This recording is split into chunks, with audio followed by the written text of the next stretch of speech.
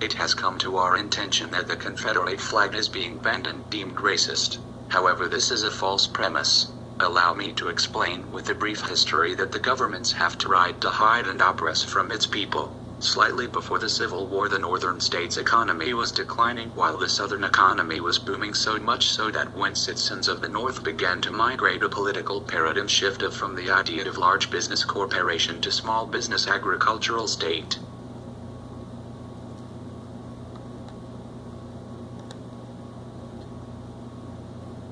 The government enacted a law that made it illegal for any territory not already a state to have slaves and could not become a state. Despite the political backlash, the government attempted to push more laws through that would force only southern states to pay taxes and wages to slaves, while not compromising and giving in to the South's demands of allowing the slaves to be counted in the census population for the sake of electoral votes, political seats, and for the ability to become a state. In short, if the law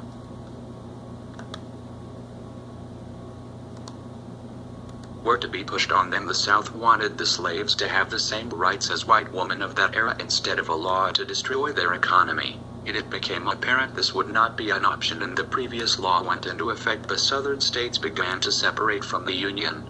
The Civil War was originally about slowing the South's economy to allow the North to catch up.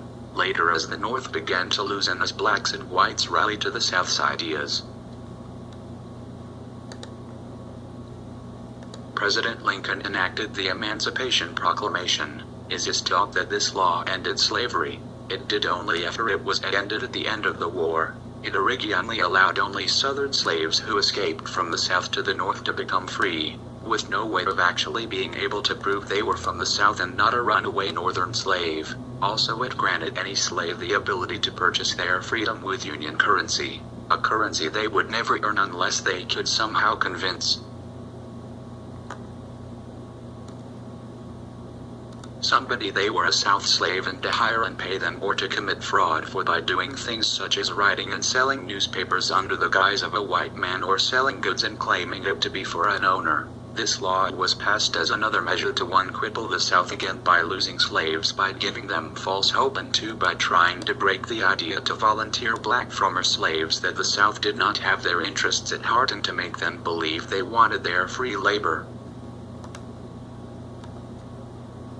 and to forget the idea that a paid slave should be allowed a small voice in politics and the ability to spend their income as a white woman does. And the third myth, that old modern-day people that support the rebel flag are racist. At least half support and wave the rebel flag because they were born and raised in a southern state and hold the same rebellious mind frame as their ancestors, that the South should be free the government's oppression and should have been allowed to continue its path.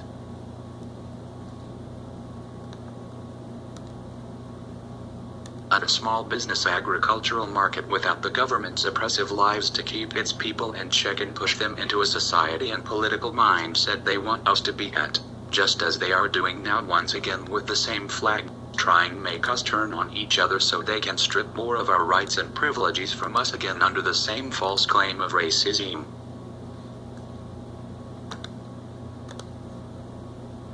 Now you know what was removed from your history books. Ask yourself again, is the rebel flag racist?